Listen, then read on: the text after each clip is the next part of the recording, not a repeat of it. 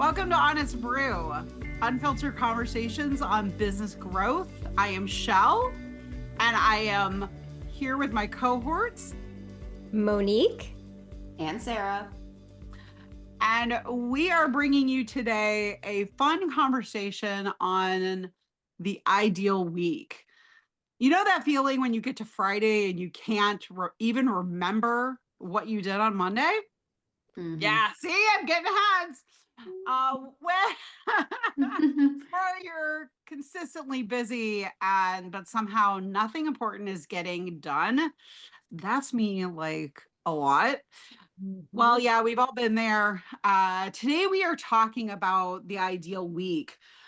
Before you roll your eyes thinking, oh gosh, not another productivity conversation. This isn't about cramming more into your calendar or following some rigid schedule that falls apart the second a client emergency happens. The ideal week is actually one of those most revealing diagnostic tools that you can use in your business. It shows the gap between what you say and how you're actually spending your time. It exposes where your operations are breaking down, or marketing is getting squeezed out, or your daily reality actually reflects your brand values. I'm sure that our listeners are all familiar with the burning out and actually the overwhelm. Without ever asking, what does a good week even look like for me?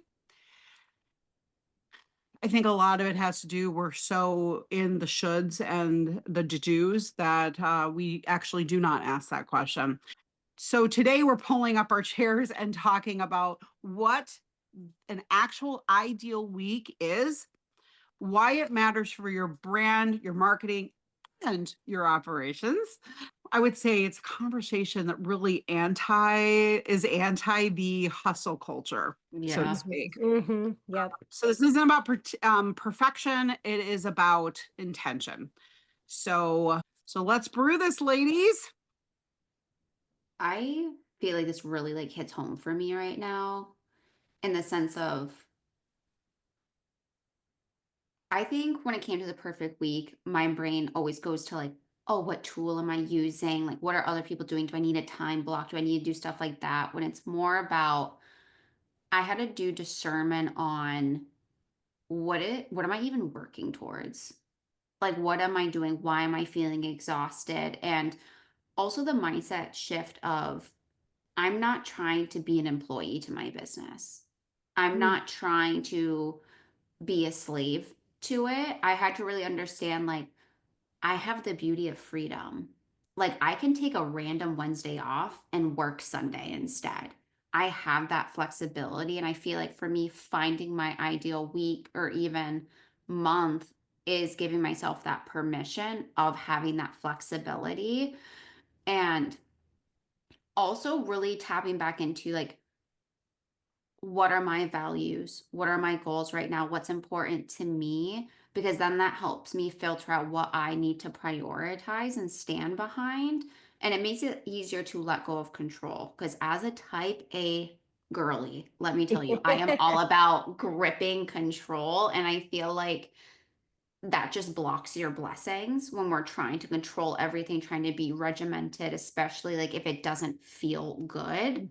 That immediately I feel like depresses your light. It depresses your magnetism to people. It exerts an energy that's not authentic to you. And I feel like once you tap into, hey, I'm just trying things, maybe it'll work for me this week, maybe it won't for next week. Allowing yourself that freedom makes it easier to find a rhythm that can flow with whatever season you're in. It's not about being perfect or oh, I now have to follow this forever. It's about what tools can I have in my toolbox because I can always go to them at any time. Yep. I love that so much. And I wholeheartedly agree with having it sounds silly, but working in flexibility almost. It's like Yeah. if you don't have the flexibility, you're not able to shift around naturally to things that you may want to work on at that moment. My ideal week is a combination of planning specific things out through the week and then leaving space because I am a little bit scatterbrained at times. And if I don't have some kind of structure, then I'm a little bit too loosey goosey. So, what I do each week, either Friday night or Sunday night, one of the two, depending on how fried I am from the week. I plan out, I literally write down all the things that need to happen next week. And I go through each day and I say, okay, on 1 o'clock on Wednesday, I have this client call. And then and I fill in the things that have to get done at the certain times. And then I leave a lot of flexibility in between those time zones so that I can naturally work throughout the blank space. So I might have 3 projects that I'm working on for the week, and I can work on them at any points in those blank periods of time in my calendar. And so that allows me to work a little bit more naturally on like what do I feel like working on right now? Am I making a contract? Am I designing a logo? Those are 2 really different kinds of tasks. And so I try to be really mindful about the kinds of tasks that I work on in that blank space, like whatever my head space is in at that moment. So I 100% agree with you. I think working in like having flexibility, allowing yourself to have flexibility, but then for me personally, I have to have these kind of stops in there too, just to like keep me a little bit grounded during the week. I love that because I feel like I always talk about like have fluid structure, like Yes. have the boundaries Hmm. to keep you going, but they're not so strict that it suppresses your creativity or what you want to do. Because um something that also helped me when planning my weeks is understanding where I'm at in my menstrual cycle, in which for Hmm. women who aren't on their cycle, they can use like the moon as another way to track it. But the reason that helped me so much is it gave me inner peace with how I operate. Because Mm. ovulation, Sarah, she is on fire. She is working constantly. She is like on it. She is fluid, like she's a go getter. But Sarah, when she's in her luteal, literally can't fire 2 brain cells at once. So it's like I divvy up my work, I communicate with my clients, like kind of where I'm at so they understand, like, hey, she's there, but she might just be working differently. And that gave me so much grace because before I would be really hard on myself because I'm like, I'm not operating this good. It makes me look horrible. Like, I'm not on top of it. When it's like, each week, especially for women, we are different because our hormones are different. And it's also we are human beings. Like 1 week your child could be sick versus another time they're not. Like that's going to disrupt your workflow a bit. It's just about your resilience. And I like to attribute that to like my nervous system because that's working what I'm working on a lot is that no matter what happens today, like I can handle it. And I am just building my resilience because then it does make it easier to say if a client emergency comes up or an emergency in the family, like you're able to navigate it without it crashing you down, burning you out, or anything like that. And what I hear in a lot of what you guys are saying is getting to where you're not reactive. Mhm. You're creating space for flexibility. Yep. Some of what I think that points to is deciding what is the predictable and Mm, in that ideal week, and that's what you lay down, as well as what is where is the space for the unpredictability. I think what we tend to do is schedule ourselves in reactivity all the time. mhm, And also, I hear Sarah, you're talking about your body rhythms and going by that. What I go by is what is my priorities. So, mm, like what is my life priorities? So I'm God first, family mhm, second, then work. So if my schedule is reflecting otherwise, or I am in listening to my own self, if I am feeling like hustle mode is coming in, that means I'm out of whack with priorities because that means I'm making work the most important thing. Um, and so I think there is this, it's finding the flow in, in your own circumstances, in how that works for you Yes. and what that looks like. The idea of the quote unquote ideal week is, and this is one reason we're talking about it, is because it is something that's out there that people are talking about, is making that choice to not think about anything that you are reactive to, but it's like, okay, how would my week go? And what, like, how would that ideal week go? How would that week that literally feels like the crisp air morning on a fall day with cinnamon in the air, that week, what would that Yum. week look for me, and deciding that first, because usually what we're doing is we're coming out of the barn with our butts on fire, and that's how we're dealing with every week. And then we get to the weekend and we're like, oh, thank God the weekend's Mhm. here, Yep. and I can no, no, we're in business for ourselves because we want freedom, we want Yep. flexibility, two of the F words. And we don't want to go to the other F word, which is usually the top point of the overwhelm cycle, right? Yep. That's the, like, that's your hair is on fire part of your, overwhelm cycle. We don't want to go to that.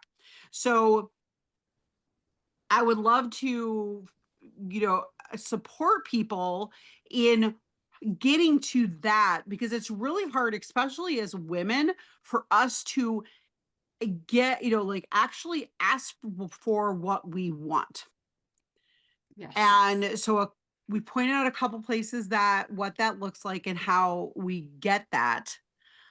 But if you guys were to look at what are those, that ideal week, and what is that most important thing to you, Mhm. forget about what the demands of life is. Just flat out. If it's you sitting on a beach for the whole freaking week, then say it. Mm. Yep. What is it? What is Yep. it? And then go from there. I feel like if my cup is not filled, I cannot be super productive when it comes to work.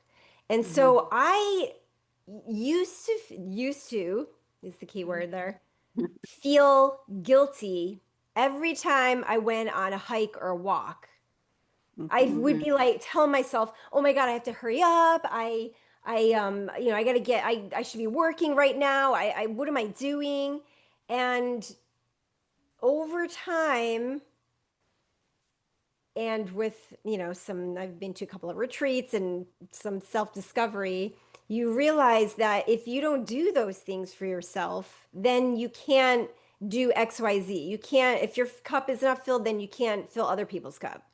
So for me, I know that I have to do some kind of exercise, like at least a few times a week during the week.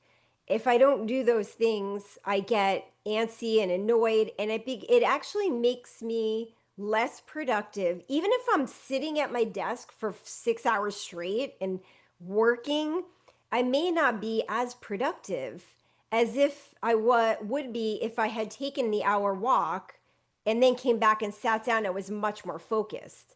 So I realized that there's so much value in, for me, it's hiking or walking or going on a bike ride. For you, everyone has to find out, like, figure out what those things are that are really important to them that help fill up their cup so that they can, just be productive in work. Because self-care is productive and can help you reach your goals. That's something that I really had to learn because I grew up in a home where it was like rest had to be earned. Or it's like, oh, Yes. I just can't be sitting here. I have to be doing something. So I had that same mentality. And even now, it's like I am playing around with where I took Monday, I think the 13th off. And it felt so good because like I had no client things and I was able just to double down on my business because something that I can fall into the trap to, which can show I'm out of alignment, is that I start working on my clients' timelines, not mine. Mm, In which that means That's a my good one. business gets put on the back burner when it's like just because a client's having an emergency doesn't mean I'm having an emergency. mhm, I can still have my boundaries and support them and live my life outside of that. So for me now, I'm like, do I have Mondays off all the time from client work? So I can pour into my business. And then I feel so good the rest of the week. Like I have my marketing going up, I have these things in place. And that can be scary to do because it is a new boundary that you set with yourself and then with the people you serve. And I do feel like boundaries are so important as service providers because it is very easy to get in that trap of always pouring into your clients, always doing things for your clients, and then you have nothing left for like yourself at the end of the day, whether it is mhm. business or your relationship or what makes you feel good. And I do want to get this out as like something like tangible someone could do is burnout happens when we're doing stuff that we're not meant to be doing. It's the stuff that is sucking the soul out of ourselves, but we feel like we have to do it anyway. So if that feels like you, where it's like at the end of each day, you're exhausted, Friday hits and you're like, oh my God, thank God it's Saturday. Like, I would do an audit of like, what are the tasks you're doing each day and make note of like, do you get excited seeing that on your to do list? Or are you Mhm. like, oh, I have to do this again? Like, I'll just push it off.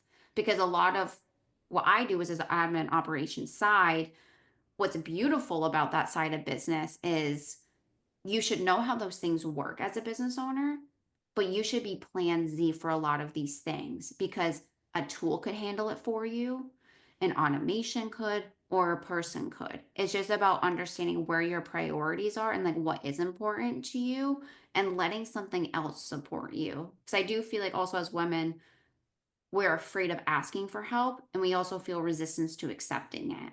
Mm. And it's like, Mhm. you are worthy of getting support, whether it's in your business or something else in your life too.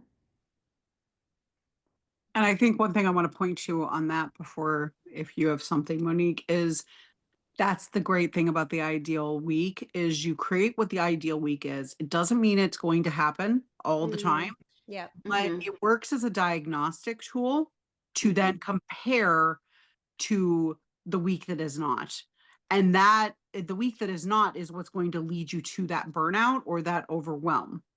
So I Mm-hmm. have where, I am very committed to slow mornings. And slow Mm-hmm. mornings for me are God time. I have prayer journal time, going to mass at 7:30, having that time to make a tea, make my breakfast, like walk the dogs, Mm-hmm. do the things. And like I even have my calendar where I won't take meetings until up to a certain time. Yep. Mm-hmm. Um, so that's priority. W- I used to not even do that. And I would just wake up and I was like on fire. Like, Yep. and it was, Yep. I was in hustle mode all the time. And then I'm wondering why I didn't have anything left for my family, for my faith, for any of like there was nothing left. So anyway, I wanted to interject that because I think that's a really good way of looking at it is as a diagnostic tool Mhm. because that evaluation you're talking about, you can't evaluate things if you have nothing to compare it to. True. Yep. True. So it's like if you write down your ideal week, now compare to how your weeks are actually going, and it will Right. show that stuff like big sores on your arm. Yep. It'll be Mm-hmm. so visible. Yep. One of the things that I and both of you have, I mean, we've all talked about it, an underlying theme is the balance between work and your life, right? I mean, your Mm-hmm. life is work and work is your life and your life is work. But especially as business owners, right? Like small business owners. I always struggled with because I have two kids, two cats and a husband. My to do items for my family, to do items for myself, to do items for my work, for business. And I couldn't figure out, for many years, I just had struggled with how do those things interlace, because they have to interlace, right? They have to. So one of the things that I started doing was, right, so I would do like a giant brain dump of everything that needs to be done for the next week. And it included personal and work stuff. Mhm. And then I have a little like I write out Monday through Friday on a piece of paper, and I have a little section called self-love. Mm. And that's where I put all of the things that I want to do for me. And a lot of times it's the same thing. I want to do a hike, I want to do a bike ride, I want to do yoga, I meeting a friend for coffee. And I'll put other personal stuff in there, like I have to make a doctor's appointment for my son or take him to the dentist. And just by having that section, it makes me feel good that it's visible in my work week, right? I can refer back to it and see it at any time, but I can just, it gives me a really like good perspective on like what is in this week, like what is, not only what is coming up, but like how is each week, how is each day structured with personal and work. And it just makes me feel really good that I'm in control of what is happening. Like I know I'm going to get the stuff done that needs to get done because I've planned out the time. But then there's also the flexibility in there of, if you need to put out a fire somewhere. But I just love having, even though there's a balancing act, I love having it all out on one piece of paper so I can kind of evaluate the week holistically. Yeah, I I love hear that. the like having a rules of your calendar, Mhm. like having certain rules. Like for example, like I have a 2 hour CEO time. I have, there's certain blocks of time I have for client meetings, for actually doing work. Yeah, exactly. Yeah. But also like, Friday afternoons, I don't take any meetings whatsoever. So one is I'm hearing rules, having rules to your calendar. Also, the other thing I would insert in there is I had a coach a long time ago give me this advice and I thought it was great is color code the things in your calendar that Yes. are work, personal, Yep. like, color code them. Like I have my color for spiritual stuff, I have my color for work stuff, and I have the color for family and and personal stuff. So that way it allows you to also evaluate if green is work and that is filled up your entire calendar, you have an imbalance. So Yep. kind of like it helps you create a pie chart in your head, making sure that you're coming closer to matching your values, to matching what balances you, to matching what you really want your alignment to be in your life. Mm-hmm. Because one of the other reason why we're in business for ourselves is so that we actually can create the life that we want to create, and it's in our control to do so. Yep. Mhm. I I love have the that because I color was gonna coding as well. say that your business should support the way you want to live, not Mm-hmm. dictate how you live. And so Mhm. like that's especially with the operations side. When I work with someone, I really love understanding like how do you want to work? How do you want to show up? What else do you have going on in your life? Because that means I want to customize the backend to support that version of you. And like, for example, all of us here are at different stages of life. Like, I have no kids, I'm getting married soon. So it's like my capacity is different than Monique's, who has two kids, has a husband. So, like, the level of support she needs is going to be different than mine. And that's the beauty of having your own business is that it can be so customizable to the Mm-hmm. season of business we're in.